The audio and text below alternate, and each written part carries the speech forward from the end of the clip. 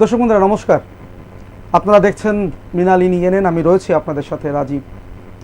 আজকে অন্য একটি বিষয় নিয়ে আমি আপনাদের সামনে আলোচনায় যাচ্ছি। আপনারা বলতে পারেন আমার এই আলোচনা, আজকে যে আলোচনা আপনাদের সঙ্গে আমি করতে যাচ্ছি, একটা সচেতনতামূলক অনুষ্ঠান আজকে আপনাদের সামনে করতে যাচ্ছি এবং আপনাদের কাছে অনুরোধও রাখবো অনেক কিছু ব্যাপারে। যারা আপনারা রাজ্যের আপামর জনগণ আমাদের এই মৃণালিনী এনএন অনুষ্ঠান সরাসরি এখন দেখতে পাচ্ছেন, আপনাদের কাছে কিছু কথা রাখবো। আপনারা স্লাগ দেখেছেন, স্ক্রল দেখেছেন যে আজকে আমার আলোচনার বিষয় কি রয়েছে। আজকে আমরা আলোচনা করতে যাচ্ছি যে সামনেই পুজো, দুর্গাপুজো। এই দিনটির জন্য আমরা একটা বছর অপেক্ষা করে থাকি। এবার করোনার জন্য আমরা এমন একটা পুজো আমরা পেয়েছি, সেটা আমরা হয়তোবা কখনোই ভুলবো না। আমাদের জীবনে মনে থাকবে এমন এক পরিস্থিতিতে আজকে দুর্গাপুজো হচ্ছে, মাঝে হয়ে গেছে ঈদ।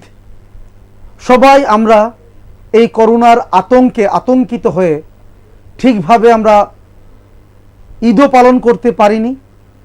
আমরা দুর্গাপুজো কিভাবে পালন করব, সেটা হচ্ছে এখন মূল বিষয়।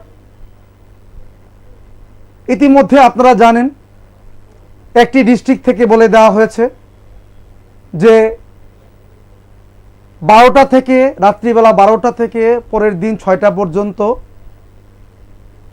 কারফিউ বলবৎ থাকবে।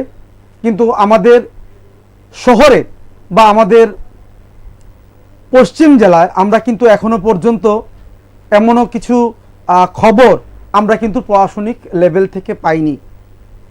কিন্তু প্রশ্ন হচ্ছে, এই করোনা কালে, এই করোনা মুহূর্তে আমাদের মনে একটা আতঙ্ক বিরাজ করছে, সেটা কিন্তু বলার আর অপেক্ষা রাখে না।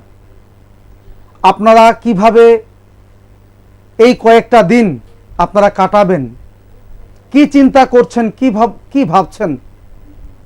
কারণ আমাদের উপরই নির্ভর করছে করোনার যে প্রভাব আগামী দিন কোন জায়গায় গিয়ে দাঁড়াবে। এই মুহূর্তে আমাদের যদি বা আমরা যদি সচেতন না হই, শুধু সরকারের উপর চেয়ে থেকে বা সরকারের যে ইনস্ট্রাকশনগুলো রয়েছে সেগুলোকে আমরা অ্যাভয়েড করে, বা সরকারের যে নির্দেশিকা রয়েছে বা সেন্ট্রাল স্বাস্থ্যমন্ত্রকের যে ইনস্ট্রাকশনগুলো রয়েছে সেগুলোকে সামনে রেখে যদি আমরা চলি, তাহলে অবশ্যই এটা বলতে হয় যে আমরা করোনা থেকে কিছুটা হলেও আমরা বাঁচতে পারবো। কারণ এই দুর্গাপুজোর মরশুমে আমরা দেখতে পাচ্ছি, আপনারা স্ক্রিনে দেখতে পাচ্ছেন যে মানুষের ঢল রয়েছে বিভিন্ন মলগুলোতে, মানুষের ঢল রয়েছে রাস্তাঘাটে। আগরতলা শহর বলবো না, পুরো ত্রিপুরা রাজ্য ধর্মনগর থেকে শুরু করে সাবরুম পর্যন্ত লোক সমাগম দেখা যাচ্ছে এবং উপচে পড়া ভিড় রয়েছে দোকানগুলোতে। আপনারা কিন্তু কতটুকু সোশ্যাল ডিস্টেন্স বা সচেতন হয়ে আপনারা বাজার করছেন, সেটা আপনারাই বলবেন। এইভাবে চলতে থাকলে আমাদের রাজ্যের স্বাস্থ্য যারা কর্মীরা যারা রয়েছেন, ওনারা বলেছেন যে আমাদেরকে সচেতনতামূলক যে অনুষ্ঠানগুলো রয়েছে সেগুলো আমাদের করতে হবে, আপনাদেরকে সচেতন হতে হবে, তাহলেই এই দুর্গাপুজো আমাদের ভালো কাটবে। কারণ এই করোনার সময়ে যদি আমরা রাত্রিবেলা বা সবাই মণ্ডপে মণ্ডপে গিয়ে ভিড় করি এবং সঠিকভাবে যদি আমরা মাস্ক যদি আমরা পরিধান না করি, সোশ্যাল ডিস্টেন্স যদি আমরা মেনটেন না করি, আমরা যদি নিজেদেরকে স্যানিটাইজড না করি, তাহলে কিন্তু বলাই বাহুল্য যে আগামী দিন এই দুর্গাপুজোর পরে আমাদের অবস্থা কিন্তু আরও শোচনীয় হতে পারে। তাই দর্শক বন্ধুরা, যারা আপনারা মৃণালিনী এনএন এর ভিউয়ার্সরা রয়েছেন, তাই আপনাদের কাছে আজকে এই প্রসঙ্গটুকু আমি রেখেছি যে পুজোর কয়েকটা দিন আপনারা কিভাবে কাটাবেন, কিভাবে আপনারা পুজো দেখবেন, কিভাবে বিভিন্ন জায়গায় আপনারা ঘুরবেন, পরিবার নিয়ে যাচ্ছেন।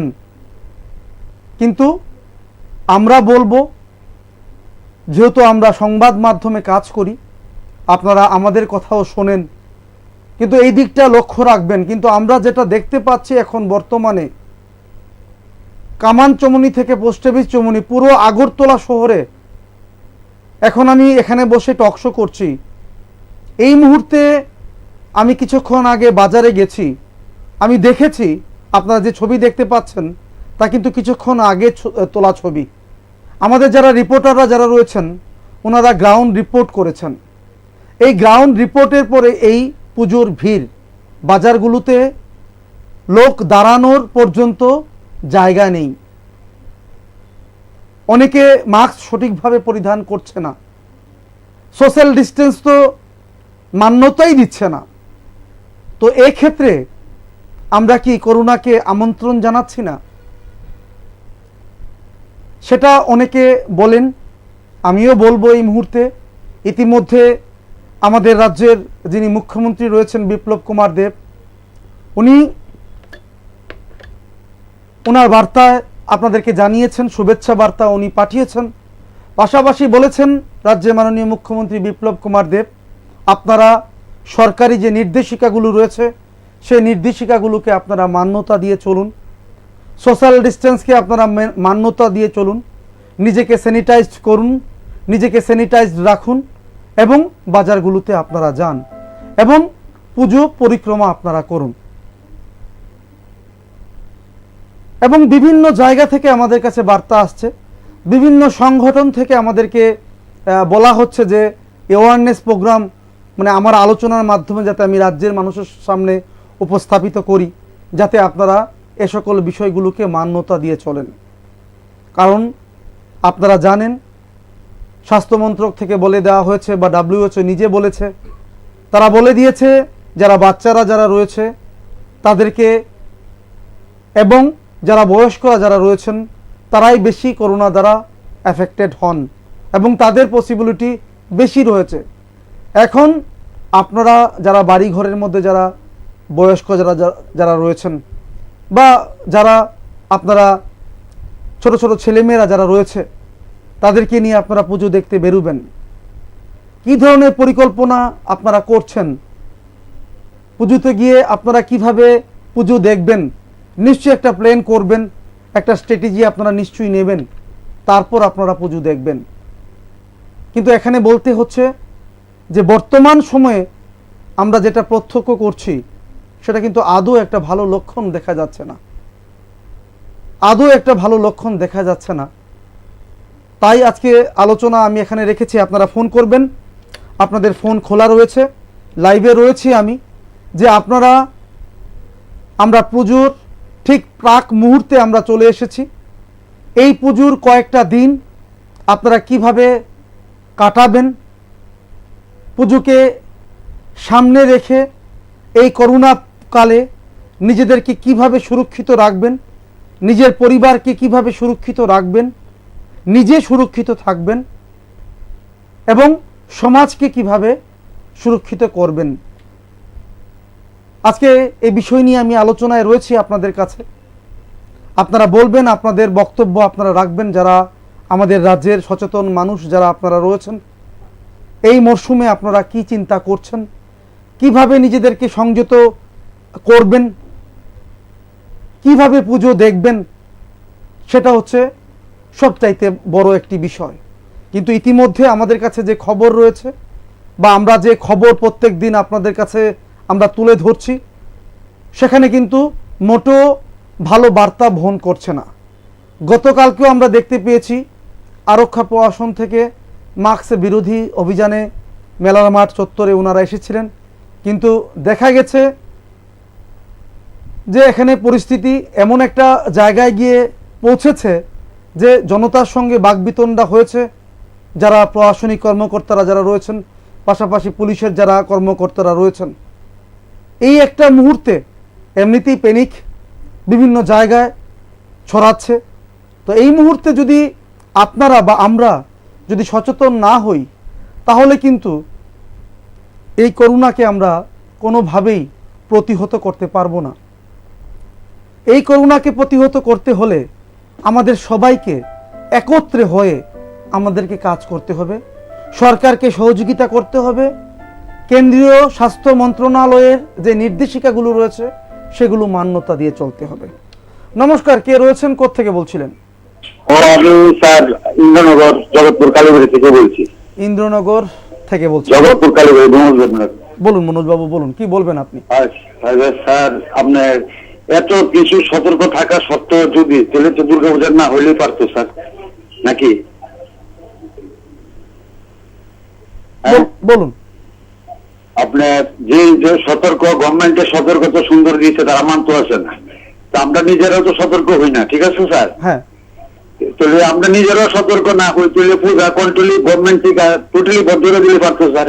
তারপরে চাঁদার ব্যাপারে বলছে, তারপর যেইভাবে আগের মতো তুলছে এইভাবেই চাঁদা তুলতেছে, তাহলে এটা কোনো কিছু বুঝতেছি না, ঠিক আছে স্যার? বুঝতে পারলাম। ধন্যবাদ আপনাকে দাদা, অসংখ্য ধন্যবাদ। একজন দাদা বলেছেন ইন্দ্রনগর থেকে, উনি বলেছেন যে কোনো কিছু বুঝে ওঠা যাচ্ছে না, যে পুজোর সময় চাঁদা সম্বন্ধে সরকার থেকে বলা হয়েছিল যে করোনাতে মানুষ এমনিতেই আতঙ্কগ্রস্ত, মানুষের পকেটে টাকা নেই, পয়সা নেই, ক্লাব কর্তৃপক্ষ যারা রয়েছেন তাদের পকেটে টাকা থেকে এবং যারা যারা উইলিংলি দিতে চান তাদের দ্বারাই পুজো যাতে করা হয়। প্রশাসন থেকে বলা হয়েছে যাতে পুজোর যে প্যান্ডেল রয়েছে তার একটা উচ্চতা রয়েছে, কিন্তু প্র্যাকটিক্যালি দেখা যাচ্ছে যে সে সকল যে বক্তব্যগুলো প্রশাসন থেকে রাখা হয়েছিল সেগুলোকেও অনেক ক্লাব গুরুত্ব দেয়নি বা গুরুত্ব দিতে চাননি। এর মধ্যে উল্লেখযোগ্য কয়েকটি ক্লাব রয়েছে, আমি এখানে নাম বলতে চাইছি না, ওনারা অনেক কষ্ট করে প্যান্ডেলগুলো তৈরি করেছেন, প্রশাসনের নজরে রয়েছে। কিন্তু দাদা ইন্দ্রনগর থেকে ফোন করে বললেন যে এই পুজোর সময়ে চাঁদার যে চাপ সেটা তো রয়েছে, তার মধ্যে কোনো ধরনের আগের মতো যেটা ছিল সেরকমই রয়েছে, সেটার মধ্যে কোনো ধরনের পার্থক্য উনি দেখতে পাননি। চাঁদা এখনও কাটা হচ্ছে বিভিন্ন বাড়িতে বাড়িতে গিয়ে, যেটা প্রশাসন থেকে আলোচনা যখন করা হয়েছিল বিভিন্ন ক্লাব কর্তৃপক্ষের সঙ্গে, তখন কিন্তু বলা হয়েছিল যাতে এই ধরনের চাঁদা যাতে না নেওয়া হয়, যাদের ইচ্ছে হবে ওনারা ক্লাবে এসে বা অনলাইনের মাধ্যমে ক্লাবের অ্যাকাউন্টে টাকা পৌঁছে দেবেন, কিন্তু সেটা কিন্তু বাস্তবে দেখা যাচ্ছে না। পাশাপাশি আরও একটি বিষয় যেটা আমি বললাম, অনেক ইনস্ট্রাকশন বা অনেক কমান্ড প্রশাসন থেকে দেওয়া হয়েছিল ক্লাব কর্তৃপক্ষগুলোকে বা ক্লাবগুলোকে, কিন্তু সেখানেও কিন্তু দেখা গেছে ক্লাব কর্তৃপক্ষগুলো সেগুলোকে মানতে নারাজ। পাশাপাশি দাদা আরেকটি ভাইটাল প্রশ্ন তুলেছেন, আমি বলবো, আমি আসবো সেই বিষয়ে আসবো। নমস্কার, কে রয়েছেন, কোত্থেকে বলছিলেন? নমস্কার দাদা, কোত্থেকে বলছিলেন? আমি ইউনিভার্সিটি থেকে বলছি। ইউনিভার্সিটি থেকে বলছেন, বলুন দাদা কি বলবেন আপনি? দাদা যে অবস্থা দেশে আজকে আপনার বাসটা অনেক কিছু কথা হয়েছে, লোক কাজ করতে গিয়ে কাজ পানা ঘুরে এমন লাগে, গাড়ি ভাড়া একই, গাড়ি ভাড়া কোনো কম দাম নাই। দাদা রাজীব দা, আপনার নমস্কার, আমরা পাইছি, খুব ভালো হয়েছে আমার। ধন্যবাদ দাদা, অসংখ্য ধন্যবাদ আপনাকে, অসংখ্য ধন্যবাদ। হ্যাঁ, মানুষ বিভিন্ন সমস্যায় জর্জরিত রয়েছেন। আরও একটি কথা আমাকে এখানে বলতে হচ্ছে, যেটা ইন্দ্রনগরের দাদা ফোন করে বললেন, দুর্গোৎসব আমাদের, বিশেষ করে যারা আমরা ত্রিপুরাতে বাস করি, আমরা এই দুর্গোৎসবকে খুব আনন্দ সহকারে আমরা সেটাকে উদযাপন করে থাকি।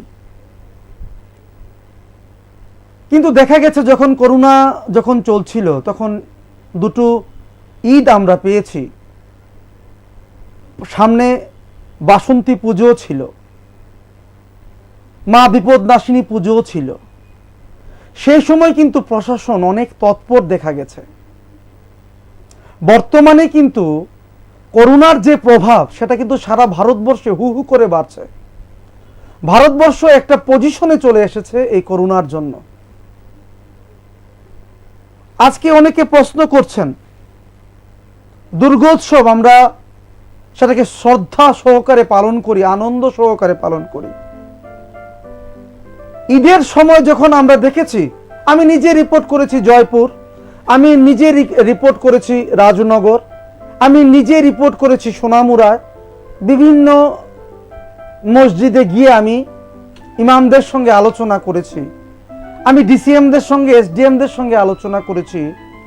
তখন দেখা গেছে প্রশাসন থেকে বলে দেওয়া হয়েছে যে ইমাম সহ 5 জন কি 6 জন যারা মুসলিম ধর্মাবলম্বীরা যারা রয়েছেন, ওনারা আল্লাহর সামনে বা আল্লাহর দরবারে নামাজ পড়তে পারবেন। কোনো ধরনের গ্যাদারিং করা চলবে না, কারণ করোনা কাল চলছে। বাসন্তী পূজা চলছিল, বাসন্তী পুজোকে বন্ধ করে দেওয়া হয়েছিল। তো সে জায়গায় এখন করোনার একটা প্রভাব যে হারে বাড়ছে, সেই সময় দুর্গাপুজো কি বন্ধ করে দেওয়া যেত না, যেটা দাদা ইন্দ্রনগর থেকে ফোন করে জানালেন। ঈদের সময় এক ধরনের বক্তব্য, মা বাসন্তী পুজোর সময় এক ধরনের বক্তব্য, মা বিপদনাশিনী পুজোর সময় এক ধরনের বক্তব্য, শরৎকালে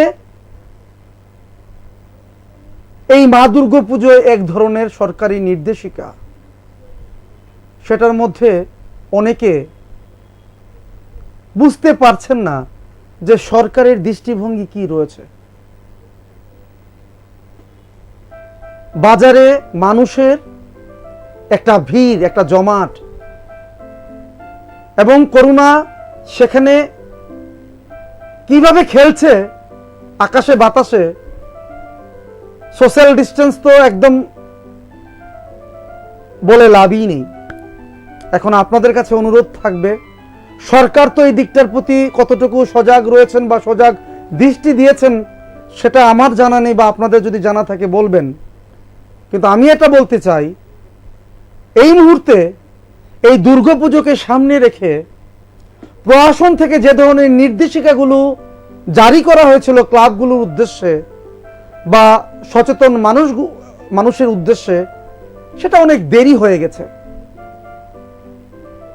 যার ফলে মানুষ এখন লাগামহীন হয়ে গেছে। প্রশাসন কি দেখতে পাচ্ছেন না আপনারা? বাজারে আমি কিছুক্ষণ আগে গেছি, আমার চোখ চরক গাছ হয়ে গেছে। কোথায় সোশ্যাল ডিস্টেন্স, কোথায় স্যানিটাইজড? বিভিন্ন মলগুলো রয়েছে, মলের মালিক রয়েছে, স্টাফরা রয়েছে, পাশাপাশি প্রশাসনিক নির্দেশিকা রয়েছে। সেই নির্দেশিকাগুলোকে অনেকে মনে করছেন যে কলা পাতা, কলা পাতার সঙ্গে তুলনা করছেন অনেকে, যে সরকারি নির্দেশিকাকে আজকে রাজ্যের মানুষ কলা পাতা মনে করছে।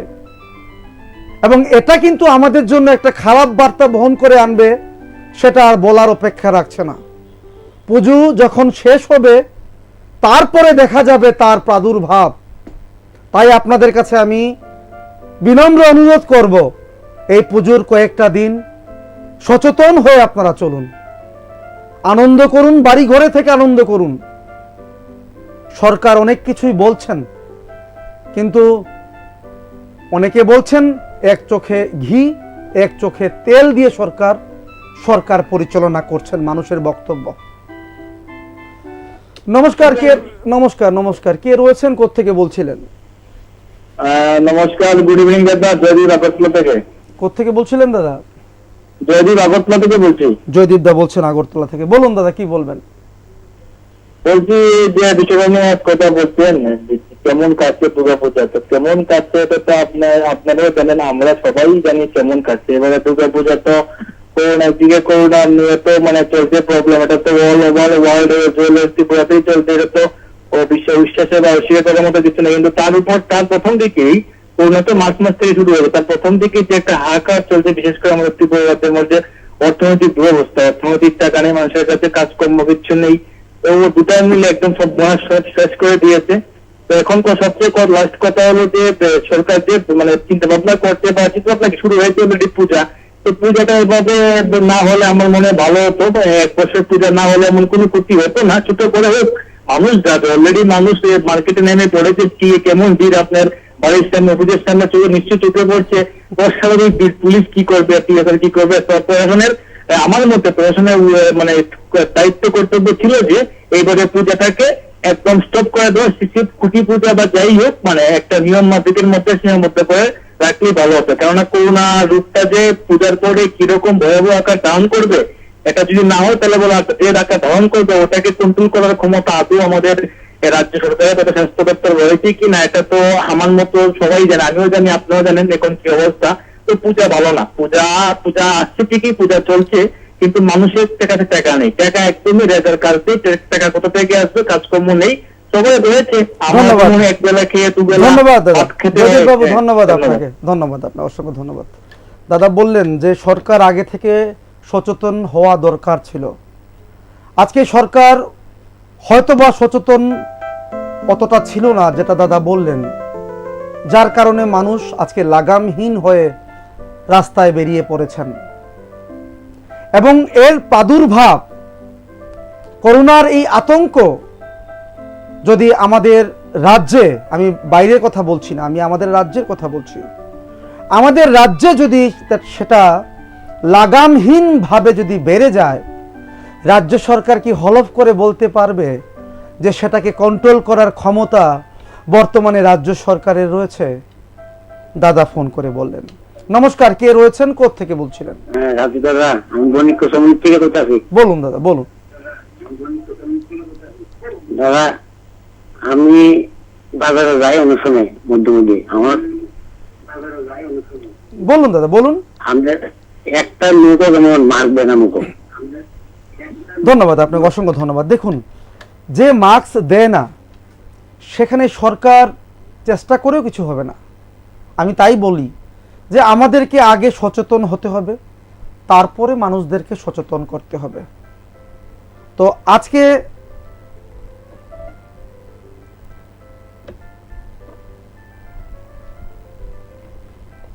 হ্যালো, হ্যালো, হ্যাঁ নমস্কার, বলুন কোত্থেকে বলছেন?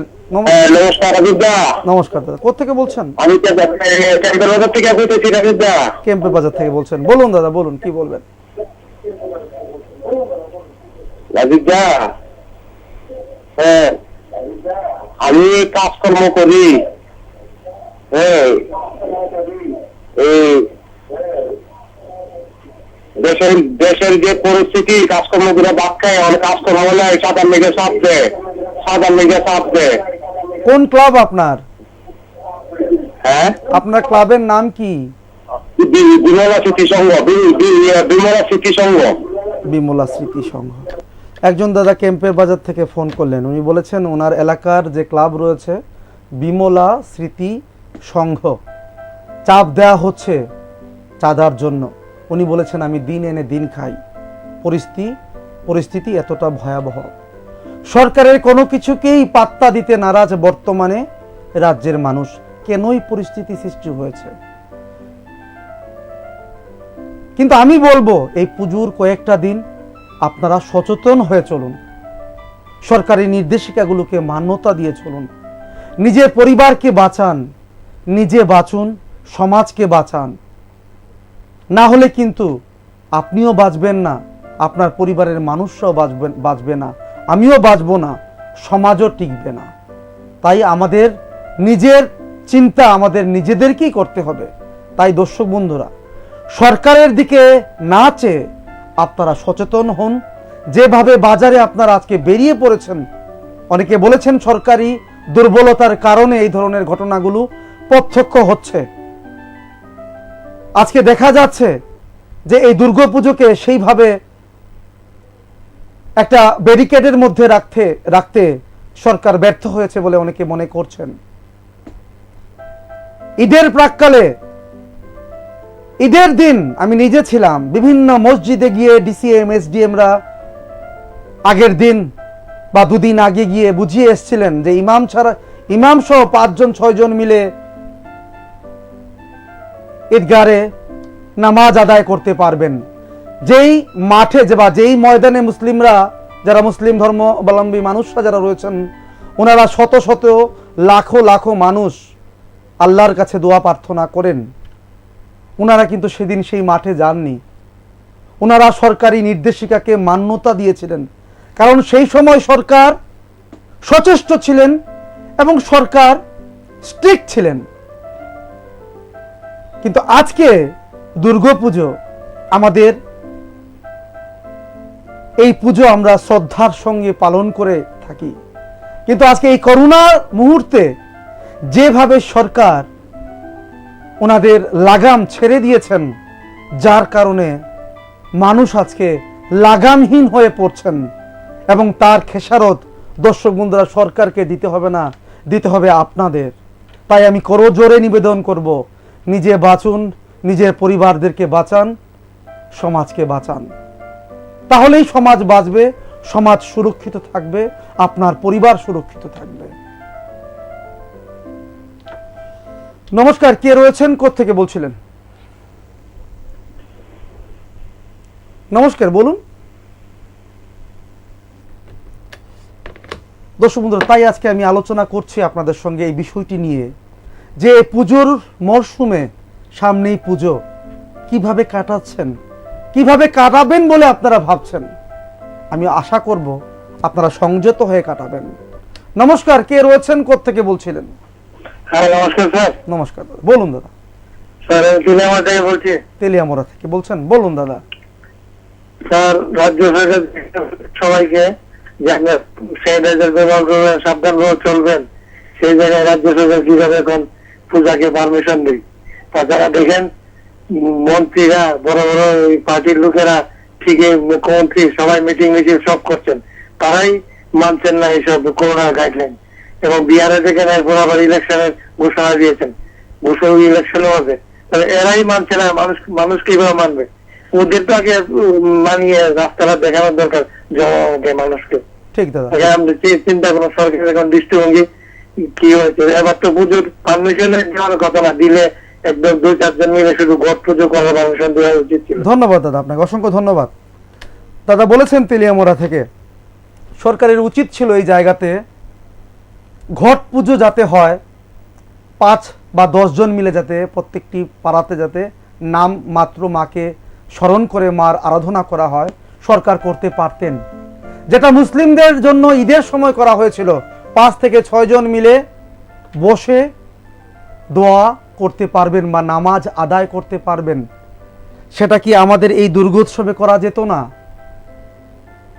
দাদা বলেছেন ঘট পুজো তো করা যেত, প্রত্যেক ক্লাবকে ইনস্ট্রাকশন দেওয়া যেত যে পুজো আমরা সারা জীবন পুজো করে যাব, কিন্তু একটা বছর যদি আমরা পুজো না করি তাতে কি আসে যায়? যারা মুসলিমরা যারা রয়েছেন, ওনারা তো ঈদ সঠিকভাবে পালন করতে পারেননি সেদিন, কিন্তু ওনারা মেনেছেন। কিন্তু আমাদের সময় এত ছাড় কেন?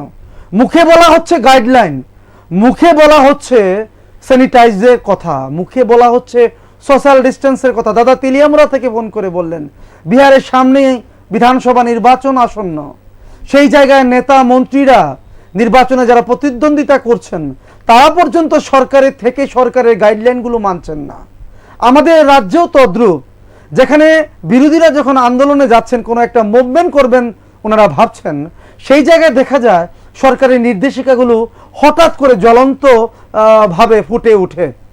পুলিশের অ্যাগ্রেসিভ অনেকখানি বেড়ে যায়, পুলিশের তৎপরতা বেড়ে যায়। কিন্তু শাসক দল যখন কোনো ধরনের মিছিল, মিটিং, জনসমাবেশ করেন, তখন পুলিশ কেন চুপসিয়ে যায়? সেটা কিন্তু শুধু এই আমলের কথা বলছি না, মাঝে মধ্যে বিগত সময়ে আমি দেখেছি 144 ধারা জারি রয়েছে, যারা বিরোধীরা রয়েছেন তাদের উপর 144 ধারা প্রয়োগ করা হচ্ছে, আর যারা সরকারে রয়েছেন তাদের জন্য 144 ধারা কলা পাতা। নমস্কার, কে রয়েছেন, কোত্থেকে বলছিলেন? নমস্কার দাদা, কোত্থেকে বলছেন আপনি? হ্যাঁ, আমি আগরতলা থেকে বলুন দাদা, বলুন, কি বলবেন?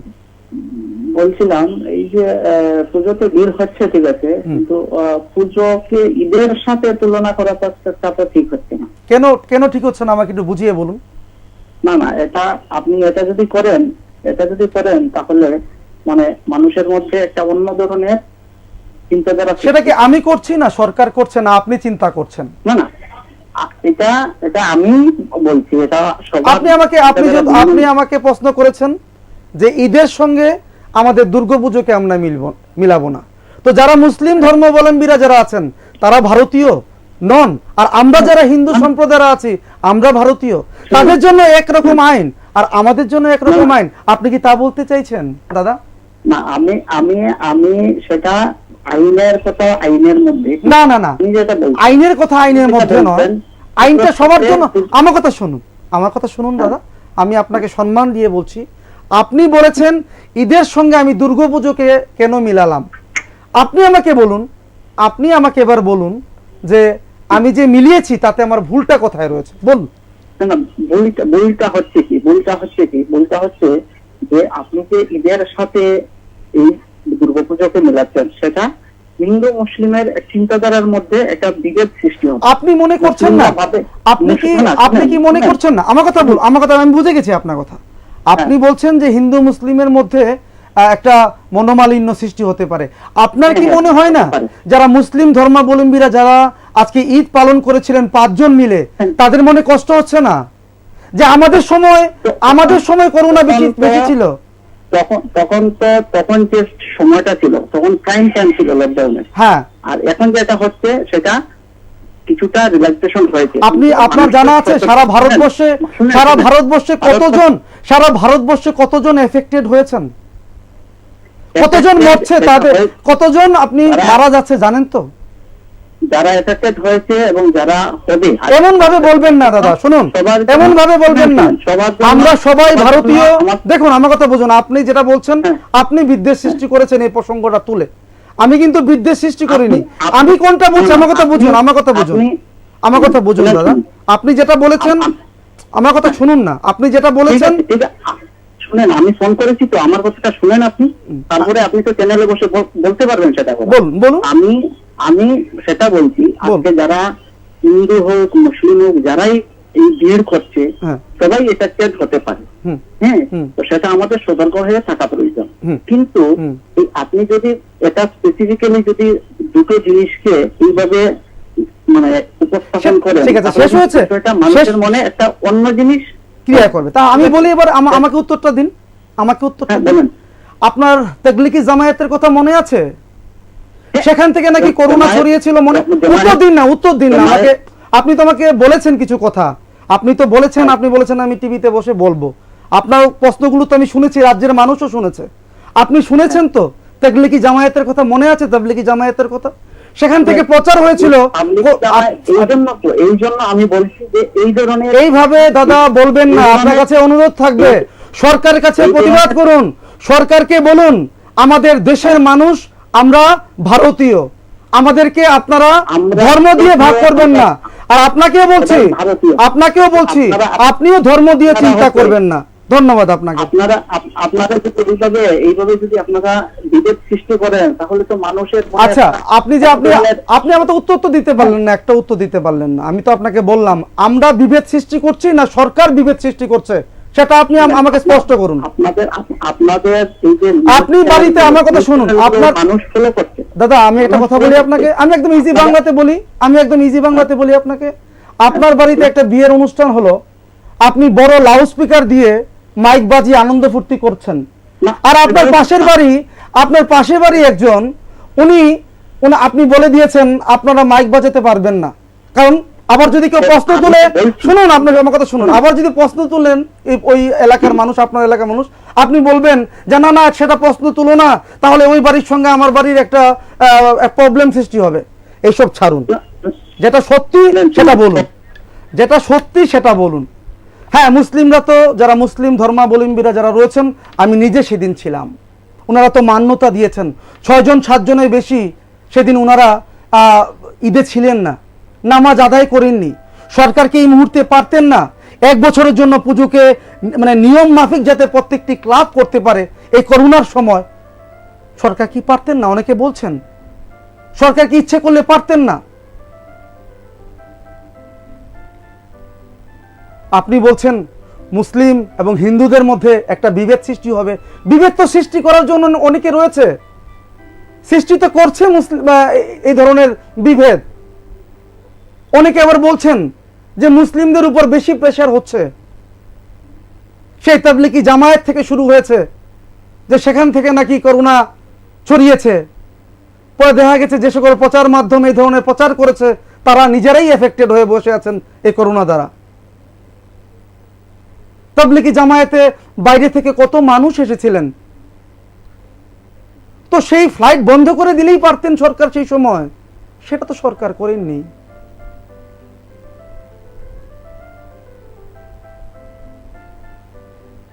তাহলে মানুষের প্রশ্ন তো আমাকে তুলতেই হয়। অনেকে দাদারা ফোন করছেন। নমস্কার দাদা, নমস্কার। নমস্কার। ধন্যবাদ। মানুষকে আমি বাদ করছেন না, সমান দেখে সমাজ সবাইকে দাদা। হ্যাঁ দাদা, এদের অত্যন্ত খবর হচ্ছে আপনি না, এদের কি খবরটা করতেছেন মানুষের সমাজ হিন্দু মুসলমান শব্দে একরকম দেখতেছেন, খুব ভালো শুনলাম, কথাটা জন্য খুব খুশি হইলাম স্যার। ধন্যবাদ দাদা, অসংখ্য ধন্যবাদ। দেখুন আমার কাছে আপনি যেটা বলেছেন, ধন্যবাদ আপনাকে। আপনি হয়তো পারেন মুসলিম ধর্মাবলম্বী, আমি আপনাকে মুসলিম ধর্মাবলম্বী বলে আইডেন্টিফাই করব না। আপনি আমার দেশের নাগরিক, আপনি যেমন ভারতীয় আমিও ভারতীয়, আপনি যেমন আমার ভাই আমিও আপনার ভাই। এখানে যার যার ধর্ম, যার যার রুচি, যার যার চলাফেরা, যার যার স্বাধীনতা সংবিধান আমাদেরকে দিয়ে রেখেছে, এবং যারা আমাদেরকে এর থেকে দূরে সরাতে চেষ্টা করবে, আমরা গণতান্ত্রিক পদ্ধতিতে আইনকে মান্যতা দিয়ে আমরা সেগুলোকে প্রতিহত করব। তাহলেই ভারতবর্ষের যে একটা মূল বিষয় রয়েছে, ইউনিটি ইন দ্য ডাইভার্সিটি, সেটা বাস্তবতা পাবে এবং সার্থকতা পাবে। নমস্কার, কে রয়েছেন, কোত্থেকে বলছিলেন? পঙ্কজ দা, বলুন পঙ্কজ দা। বলছিলাম কিনা অনুষ্ঠান শুনছি, তো আসলে করবো সেই কথা ভাবছিলাম না, যে আগে যাই হোক করলাম। তো আমার আসলে মানে চাকরি সূত্রে ওই টাউন, আমি তো সেই শহরেরই মানুষ, শহরের উপর দিয়ে যে যাতায়াত করি। হ্যাঁ দাদা। তো যে মানে মানুষের যে ভিড় আর কি। হ্যাঁ দাদা। তো প্রথম কথা হচ্ছে যে মানে এই ভিড় দেখে মনে হয় না যে আমাদের মানে এই করোনা আছে বলে আর কি। তো অনেক সময় ভাবি যে মানে এত মানুষের ভিড়, মানে করোনা আছে সেটা আর মনে হয় না। তো যাই হোক, তো এই পুজো নিয়ে কথা হচ্ছে, মানুষের সতর্ক নিয়ে কথা হচ্ছে। তো মানে সরকারের যে সতর্ক, সেটা কি শুধু মাস্ক নিয়েই থাকবে? তো কেন বলছি যে মানে আসলে তো সত্যি সবাই যেটা বলছে আমিও সেটাই বলি, যে এক বছর যদি আমি কিন্তু মানে দীর্ঘদিন ক্লাব করেছি, ক্লাবের সঙ্গে আছি, ঠিক আছে। তো এক বছর যদি আমরা পুজোটা না করে থাকি বা না করে থাকতাম, ক্লাবের মধ্যে যদি ছোট্ট করে পুজো হতো, বা সরকারেরও যদি মানে বিধি নিষেধটা যদি একটু শক্ত করে হতো, সরকার বলে দিয়েছে টিভিতে বা প্রেসের সঙ্গে বলে দিয়েছে, সরকারের আর কোনো পদক্ষেপ নেই, চাঁদা তোলা হচ্ছে প্রত্যেক বাড়ি থেকে। হ্যাঁ, কিছু ক্লাব তুলছে না, তাদেরকে সেলুট জানাই, কিন্তু বেশিরভাগ ক্লাব চাঁদা তুলছে এবং পুজো করছে।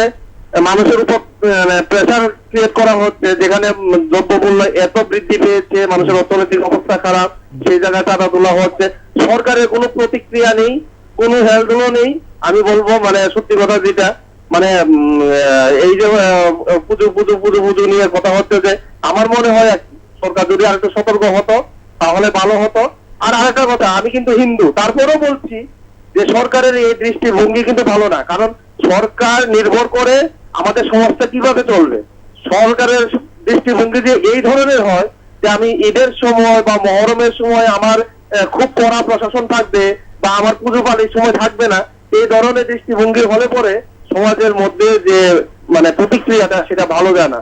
আমার মনে হয় সরকারের দৃষ্টিভঙ্গি হওয়া উচিত যে সবার জন্য সমান, মানুষ মানেই সমান, সব জাতি গোষ্ঠী ধর্ম নির্বিশেষে আমরা থাকবো, সেই দৃষ্টিভঙ্গি থাকাটাই স্বাভাবিক আমি মনে করি আর কি। ধন্যবাদ পঙ্কজ দা, ধন্যবাদ পঙ্কজ দা। হ্যাঁ, আমরা এটাই চিন্তা করছি যে সরকার যদি সতর্ক থাকতেন এবং এই পুজোর জন্য যদি ওনারা শক্ত পদক্ষেপ নিতেন, যেটা বিগত সময়ে ওনারা নিয়েছেন, এবং প্রত্যেক ক্লাবকে ইনস্ট্রাকশন দিয়ে দিতেন যে আপনারা 10 জন মিলে ঘট পুজো করতে পারবেন, এবার না হয় আমরা পুজো নাই করলাম, আগামী বছর ঈদও হবে, আগামী বছর বাসন্তী মার পুজো হবে, আগামী বছর মা বিপদনাশিনীর পুজো হবে, আগামী বছর মহরমও হবে, আগামী বছর শরৎকালের মা দুর্গা পূজার আহ্বানও হবে, আনন্দ করব, উচ্ছ্বাস করব। কিন্তু এই করোনা মুহূর্তে আমরা এগুলোকে আপাতত নিজেদের মধ্যে আমরা সীমাবদ্ধ রাখব। সরকার যদি একটু সচেতন হতেন, সরকার যদি একটু সতর্ক হতেন, তাহলে হয়তো আজকে এই বাজারে এত ভিড় সেটাকে রোখা যেত। এবং আমার তো চিন্তা হচ্ছে ব্যক্তিগতভাবে, এই পুজোর পরে আমাদের স্বাস্থ্য পরিষেবা বা স্বাস্থ্যের অবস্থা বা করোনার যে একটা স্ট্রাকচার, সেটা কোন জায়গায় গিয়ে দাঁড়াবে সেটা কি সরকার আন্দাজ করতে পারছেন? আর যদি সেটা সঠিক হয়, তাহলে সরকার কি সেটাকে কন্ট্রোল করার ক্ষমতা রাখেন? সেটাও অনেকে প্রশ্ন করছেন, সেটা অনেকে বলতে চাইছেন, সেটা অনেকে জানতে চাইছেন। নমস্কার, কে রয়েছেন, কোত্থেকে বলছিলেন? নমস্কার, আমি দক্ষিণ ইন্দ্রনগর থেকে কইতাছি। দক্ষিণ ইন্দ্রনগর থেকে বলছেন, বলুন দাদা, কি বলবেন আপনি? আমি কইতাম ইসলাম আমাদের ঈদের সময় তো আনলক আসলো, পুরা লকডাউন। ধন্যবাদ আপনাকে, অসংখ্য ধন্যবাদ, অসংখ্য ধন্যবাদ। আজকে আপনাদের কাছে আমি অনুরোধ রাখব, এই স্টুডিওতে বসে আগামী কয়েকটা দিন দয়া করে আপনারা সতর্ক থাকবেন, দয়া করে আপনারা বাড়িতে থাকবেন, বাড়িতে বসে পরিবারকে নিয়ে আনন্দ উচ্ছ্বাস করুন। আমরা যারা সংবাদকর্মীরা যারা আমরা রয়েছি, আমরা সর্বদা রিস্ক নিয়ে কাজ করি। আমরা বলি আপনাদেরকে, প্রত্যেকটি পুজো মণ্ডপের যে ছবি রয়েছে, ভিডিও রয়েছে, সেগুলো না হয় আমরা কয়েকজন মিলে মৃণালিনী নিয়ে নেন, আরও অনেক মাধ্যম রয়েছে, ওনাদের মাধ্যমে আপনারা ঘরে বসে আপনারা প্রাক পুজো পরিক্রমা বা পুজো পরিক্রমা আপনারা ঘরে বসে সেগুলোকে উপভোগ করুন। এইভাবে রাস্তায় বেরিয়ে করোনাকে আর আমন্ত্রণ জানাবেন না। সরকারি নির্দেশিকাগুলো আপনারা পালন করুন। সরকার মানুক আর না মানুক সেটা সরকারের উপর ছেড়ে দিন। আপনি বাঁচলে তো সব, আপনার পরিবার বাঁচলে তো সব। আমরা যদি সচেতন না হই, আমরা যদি অসচেতন হই, তাহলে তো সমাজকে বাঁচানো যাবে না। আপনারা সোশ্যাল ডিস্টেন্স আপনারা মানছেন না, আপনারা লাগামহীন হয়ে পড়ছেন, আমরা লাগামহীন হয়ে পড়ছি। একটা মলও আমি ফাঁকা দেখতে পেলাম না। আমি অনুরোধ করব আপনাদেরকে, এসব করবেন না। করোনাকে এইভাবে আপনারা আমন্ত্রণ করবেন না, কারণ করোনা আমাদেরকে এই কয়েকটা দিন আমাদেরকে এত জ্বালাতন দিয়েছে, সেটা কিন্তু আমরা কখনোই ভুলতে পারবো না। তাই আপনাদের কাছে করে জোরে আমার নিবেদন থাকবে, আবেদন থাকবে, আপনারা কয়েকটা দিন আপনাদেরকে সংযত রেখে পুজো পরিক্রমা করুন। দরকার যদি হয় বাড়িতে বসে পুজো পরিক্রমা, বিভিন্ন সংবাদ মাধ্যমে যে চিত্রগুলো রয়েছে তা দেখে এবার না হয় উপভোগ করুন। নমস্কার, কে রয়েছেন, কোত্থেকে বলছিলেন? হ্যালো, নমস্কার দাদা, বলুন বলুন। আরে আপনার কথাতে ভাল লাগে। হ্যাঁ, আপনার কথাতে ভাল লাগে। ধন্যবাদ আপনাকে। আমার কথা যদি আপনার ভালো লাগে তাতে আমারও ভালো লাগে, ধন্যবাদ আপনাকে। কিন্তু ভালো লাগলে হবে না, আপনাদের কাছে অনুরোধ থাকবে, এই পুজোর মধ্যে আমাদের এই দুর্গা পুজো আমরা সবাই মিলে এই পুজোকে আমরা মানাই। মা দুর্গাকে আমরা আরাধনা করি, মা দুর্গাকে আমরা পুজো করি। দেবী হচ্ছেন শক্তির দেবী, অকাল বোধন হচ্ছে, এই অকাল বোধনের পুজো হচ্ছে এই শরৎকালের পুজো। মাও কিন্তু হয়তো বা উপরে বসে বলছেন যে যারা মরতে রয়েছেন তারা সচেতন হয়ে চলুক। আমাকে উদ্দেশ্য করে যদি সবাই বেরিয়ে পড়ে, তাহলে তো সবাই করোনা এফেক্টেড হতে পারেন, কারণ করোনা কাউকে ছেড়ে কথা বলবে না, কারণ এখনো পর্যন্ত ভ্যাকসিন তৈরি হয়নি। দেশের প্রধানমন্ত্রী নরেন্দ্র দামোদর মোদীজি নিজেই বলেছেন সেদিন যে যতদিন পর্যন্ত না করোনা ভ্যাকসিনের ওষুধ বেরোবে ততদিন আপনারা নিশ্চিন্ত নন।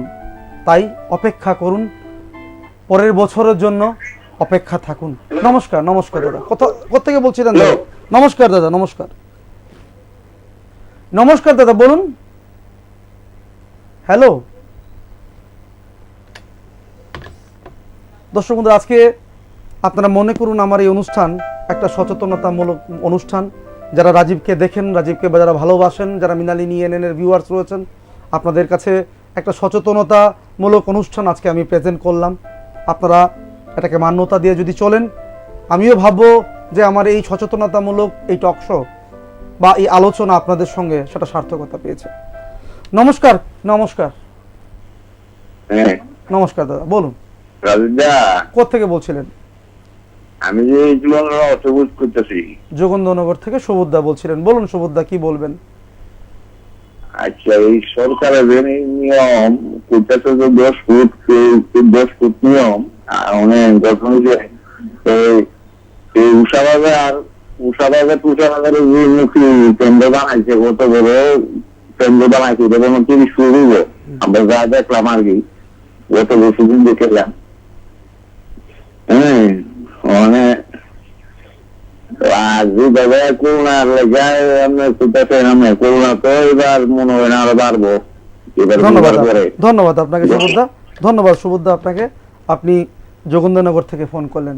আপনি বলেছেন যে যেভাবে আমরা চলছি সেটাতে করোনার প্রভাব আরো বাড়তে চলেছে। নমস্কার। হ্যালো, হ্যাঁ বলুন।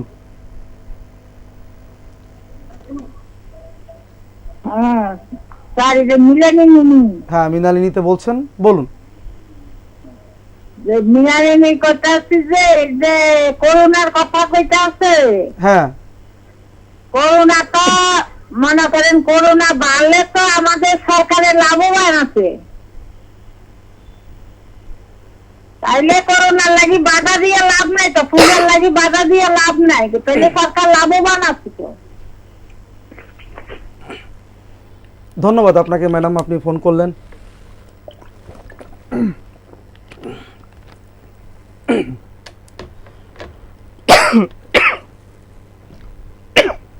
আমাকে ক্ষমা করবেন। নমস্কার, কে রয়েছেন? নমস্কার। হ্যালো, বলুন। ফোন করেছেন কথা বলবেন তো দাদা? হ্যালো হ্যালো দাদা, নমস্কার, কোত্থেকে বলছিলেন আপনি? আমি কৃষ্ণনগর থেকে বলছি। কৃষ্ণনগর থেকে বলছেন, বলুন দাদা। ফোন করেছেন, ফোন করলে কথা বলবেন, বলুন। না বলতে পারছিলাম না, আমার মেয়ে একটা কথা বলছিল। বলুন দাদা, বলুন, কি বলবেন? বলছিলাম যে সোশ্যাল ডিস্টেন্স মেনে যে চলবো আমরা, কিভাবে চলবো? এই যে ঠাকুর বাড়ি কোন, এই স্বাস্থ্য শান্তি কোন, বিয়ে বাড়ি কোন, প্রত্যেকটা জায়গায় তো খোলা আছে, কোনটাই তো মানছে না। এতে কার দোষ রয়েছে মনে করছেন? সেটা কি প্রশাসনিক কোনো দুর্বলতা নাকি আমাদের অসচেতনতা, কোনটা বলবেন? না, এটা তো আমি প্রশাসন কি বলবো। ধন্যবাদ আপনাকে। এটা কিসের জন্য করছে? এটা কি বিজনেস ক্ষেত্রে নাকি? এটা তো একটা ব্যবসা, বুঝতে পারছি আমরা। ধন্যবাদ আপনাকে, অসংখ্য ধন্যবাদ দাদা। একজন দাদা ফোন করেছেন, উনি বলেছেন যে সরকার নাকি এই করোনাকে নিয়ে ব্যবসা করছেন। হয়তোবা দাদা কোন দৃষ্টিভঙ্গিতে বলেছেন সেটা আমার জানা নেই, কিন্তু যেহেতু উনি আমাদের রাজ্যের একজন মানুষ বা রাজ্যের একজন জনগণ, ওনার কথা আপনারা শুনলেন। নমস্কার, কে রয়েছেন, কোত্থেকে বলছিলেন? হ্যালো, নমস্কার। নমস্কার, আমি আগরতলা থেকে বলছিলাম, সীমা ভট্টাচার্য। বলুন সীমাদি, বলুন, কি বলবেন আপনি? আচ্ছা, আপনারা প্রসঙ্গটা হলো দুর্গাপুজো কিভাবে কাটাচ্ছি কাটাবো আমরা না। আমি বলছি এই পূজাটা অনলাইনের মাধ্যমে আমরা যদি সবাই এবার দেখি তাহলে খুবই ভালো হয়। যেভাবে ভিড় বাড়ছে, আমার তো মনে হয় যে প্রতিমা নিরঞ্জনের সাথে সাথে আরো মনে হচ্ছে যে শত শত লোকও নিরঞ্জন হয়ে যাবে। আমি কি বলতে চাচ্ছি বুঝতে পারছেন তো? বুঝতে পেরেছি। এত আতঙ্কের সময় এখন, কিন্তু প্রশাসন এটাকে কেন ভালোভাবে নেয়নি? প্রশাসন কেন আরো কঠোর হয়নি এক্ষেত্রে? এইভাবে ভিড় জমিয়ে পূজা দেখা, বাজার করা, এইভাবে এত কিছু করা, এগুলো তো ঠিক হচ্ছে না। এটা আমাদের দুর্বলতা আছে, যেহেতু আমরা ভিড় করছি, যাচ্ছি, যাবে নিশ্চয়ই যাবে, কিন্তু পুজোগুলি যদি এবার ঘট পুজো হতো তাতে মানুষ অত ভিড় করতো না, তাতে করে আমাদেরই মানে ক্ষতি হচ্ছে, ক্ষতিটা কিন্তু আমাদেরই হচ্ছে। একজনের হবে, একজনের থেকে 50 জনের হবে। আমি বেরোচ্ছি না, কিন্তু আমার প্রতিবেশী বেরোচ্ছে, ওর থেকে আমার হবে, তাতে ক্ষতি তো অতিরিক্ত আমাদেরই। দেখবেন যে পুজোর পরে অবস্থাটা ভীষণ ভয়ানক হয়ে দাঁড়াবে আর কি। তার জন্য ভীষণ দুঃখ পাচ্ছি। এত আনন্দের সময়টা ভীষণই আনন্দের, কিন্তু আবার ভীষণ দুঃখের এই কারণে ভয়াবহ পরিস্থিতিতে অতিমারিতে আসলে এত কিছু দরকার ছিল না আর কি। না করলেই বোধহয় ভালো হতো প্রশাসন থেকে। আরো কঠোর হওয়ার দরকার ছিল। ধন্যবাদ, এই কথাটাই বলছিলাম আর কি। ধন্যবাদ আপনাকে ম্যাডাম, ধন্যবাদ। নমস্কার। নমস্কার। হ্যাঁ, সবাই কিন্তু এটাই বলছেন, যেটা আমি প্রথমে বলেছি যে সরকারের কিছু দুর্বলতা রয়েছে এখানটায়। সরকার পারতেন যে এখানে ঘট পুজো করে বা ঘট পুজোর ইনস্ট্রাকশন দিয়ে ক্লাবের 8-10 জনকে নিয়ে একটা কমিটি করে যাতে পুজোটা যাতে করা যেত, তাহলে কিন্তু ভিড় যতটা এখন আমরা পরিলক্ষিত করতে পারছি ততটা কিন্তু আমরা পরিলক্ষিত করতাম না। কালকে থেকেই পুজো শুরু হয়ে যাচ্ছে, মানুষ কিন্তু বেরোবে রাস্তায়, কারণ সরকারের যে ইনস্ট্রাকশনগুলো আপনারা বলতে চাইছেন যে সেখানে দুর্বলতা রয়েছে, যার কারণে মানুষ আজকে পথে নেমে গেছে। মানুষ বুঝতে পারছে না যে আজকে এই অবস্থার মধ্যে যে আমরা বেরোচ্ছি আমাদের পরিণতি কি হতে পারে, এবং সেটা দেখার দায়িত্ব ছিল প্রশাসনের বা সরকারের।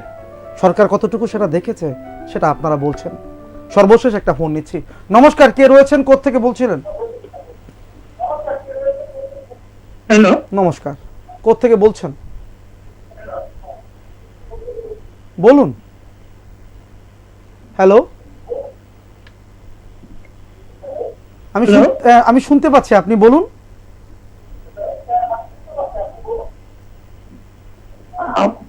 আমি বলতে চাইছিলাম যে আমাদের তো শিক্ষিত সমাজ, সবাই বুঝে, সবাই সবকিছু বুঝে জানে, তারপরে এগুলি করতে সরকারকে দোষ দিয়ে লাভ নেই। সরকারকে তো দোষ দিয়ে লাভ নেই, কারণ আমি সবটাই বুঝি, জানি, ভুল করছি, ভালো করছি, সবটাই দেখা চোখের সামনেই দেখার মতো। দাদা, আপনার কি মনে হয় না বুঝে যদি ভুল করি, ঠিক আপনি বলেছেন, সরকার কি করবে? ঠিক কিছু করার নেই। ঠিক আপনি বলেছেন যে আমাদের মধ্যে সচেতনতার অভাব, আমরা অসচেতন, যার কারণে সরকার কি করবে। দাদা, আপনার কি মনে হয় না যে সরকার যদি এই মুহূর্তে একটা ইনস্ট্রাকশন দিয়ে দিতেন, যেহেতু করোনা কাল চলছে, মানুষ ভারতবর্ষের মধ্যে রেকর্ড সংখ্যক আজকে করোনা এফেক্টেড হয়ে গেছে এবং মানুষ মারা যাচ্ছেন, এই মুহূর্তে এত বড় পুজো না করে ঘট পুজোর মাধ্যমে মাকে আরাধনা করা যেত না? তাহলে কি রাস্তার মধ্যে লোক সংখ্যা কমতো না? বাজারে মলগুলোতে কি লোক সংখ্যা কমতো না? সেখানে রাজ্য সরকার যদি এই সকল ব্যবস্থাগুলো নিতেন, তাহলে এই ধরনের যে একটা গ্যাঞ্জাম বা এই ধরনের যে একটা মানুষের যে একটা আজকে উপচে পড়া ভিড়, সেটা কন্ট্রোল পাওয়া যেত বা সরকার সেটাকে কন্ট্রোল করতে পারতেন। কি বলবেন দাদা?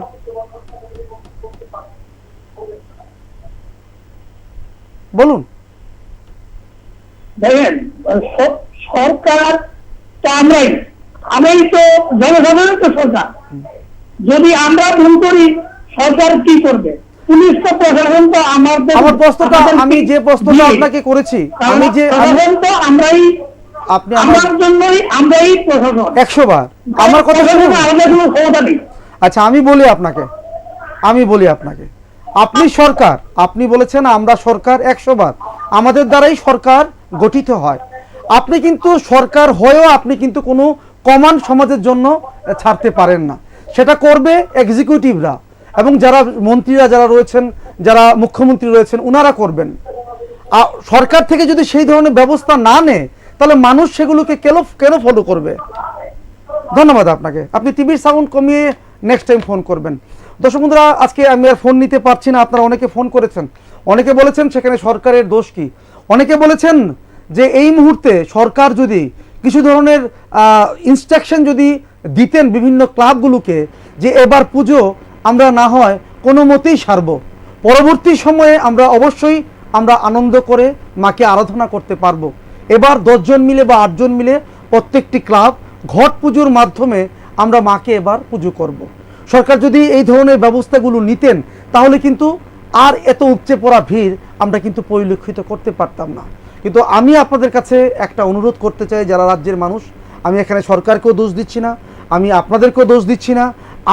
আমাদের মধ্যে কিছু লোক আমরা রয়েছি যারা আমরা এখনও সচেতন হতে পারিনি, যারা আমরা অসচেতন, তাদেরকে সচেতন করার জন্য আজকে আমার এই অনুষ্ঠান।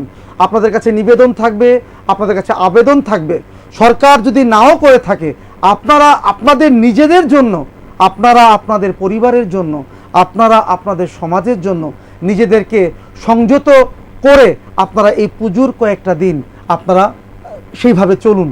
আর না হয় আপনারা বাড়িতে বসে আমরা যে বিভিন্ন সংবাদ মাধ্যম রয়েছে তার মাধ্যমে যে ছবিগুলো রয়েছে বা ভিডিওগুলো রয়েছে সেগুলো না হয় এবার দেখে আপনারা মাকে উপভোগ করুন। কারণ এবার যা দেখা যাচ্ছে মার্কেটের অবস্থা, সরকার যদি লাগাম টানতে এখানে ব্যর্থ হয়েছেন বলে অনেকে মনে করছেন, সরকারের এই লাগাম টানার ব্যর্থতার কারণে আজকে মানুষ লাগামহীন হয়ে আজকে মার্কেটে ঘোরাঘুরি করছেন। হয়তোবা মানুষ এই পুজোর কয়েকটা দিন সেইভাবে ঘুরবে। কিছু কিছু ইনস্ট্রাকশন আমরা দেখতে পাচ্ছি, নর্থে বলা হচ্ছে যে 12টা থেকে রাত্রিবেলা 12টা থেকে সকাল 6টা পর্যন্ত কারফিউ, আবার অন্যান্য সাব ডিভিশনে নেই, আমাদের আগরতলা শহরও নেই। কিন্তু এই সকল কী ধরনের ইনস্ট্রাকশন বা অর্ডার প্রশাসন থেকে কিভাবে দেওয়া হচ্ছে সেটা রাজ্যের মানুষ অনেকে আপনারা বুঝতে পারছেন না। সেটা না হয় ছেড়ে দিলাম।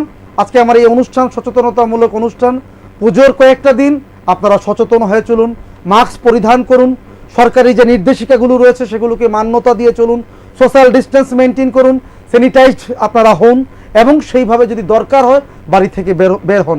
না হয় পুজোর এই কয়েকটা দিন পরিবারকে নিয়ে আপনারা বাড়িতে থাকুন। না হয়তো যদি এই করোনা যদি ছড়িয়ে পড়ে সেইভাবে, তাহলে কিন্তু আপনাদেরকে বলে রাখি সেখান থেকে কিন্তু বাঁচার আর কোনো পথ থাকবে না আমাদের। আর আপনারা জানেন রাজ্য সরকার, বর্তমান রাজ্য সরকার অনেক চেষ্টা করছেন ওনারা যাতে করোনাকে আটকানো যায়, কিন্তু সেই ধরনের ইনফ্রাস্ট্রাকচার আমাদের রাজ্য সরকারের কাছে এখনও গড়ে ওঠেনি। এবং সেই কারণে যদি করোনা পসিবিলিটি আরও বেড়ে যায়, সেটা কিন্তু আমাদের জন্য একটা মারাত্মক আকার ধারণ করতে পারে। এবং সেটা কিন্তু মনে রাখবেন, আপনার পরিবারের যারা ছোট ছোট ছেলেমেয়েরা রয়েছে ওনারা যেমন এফেক্টেড হতে পারেন, আপনার পরিবারের যারা বয়োজ্যেষ্ঠরা যারা রয়েছেন ওনারাও এফেক্টেড হতে পারেন, ওনাদের মাধ্যমে আপনারাও এফেক্টেড হতে পারেন। তাই বলবো এই পুজোর কয়েকটা দিন আপনারা এই করোনার যে আতঙ্ক রয়েছে সেটাকে মাথায় রেখে সংযত হয়ে চলুন, সরকারি নির্দেশিকাগুলোকে ভালো করে মানুন। না হয় পরবর্তী যে মা আসবে, পরবর্তী বছরে আমরা না হয় আরও বড় করে আমরা আনন্দ করব, আমরা মাকে আবার সেইভাবে ঘুরে ঘুরে দেখব। এবার আপনারা বাড়িতে থেকে আপনারা নিজেদেরকে সংযত রেখে আপনি বাঁচুন, আপনার পরিবারকে বাঁচান, সমাজকে বাঁচান। আজকে এই বলে দর্শক বন্ধুরা আমি আমার এই আলোচনা এখানে শেষ করছি, কিন্তু দেখতে থাকবেন অবশ্যই মৃণালিনী এনএন। নমস্কার।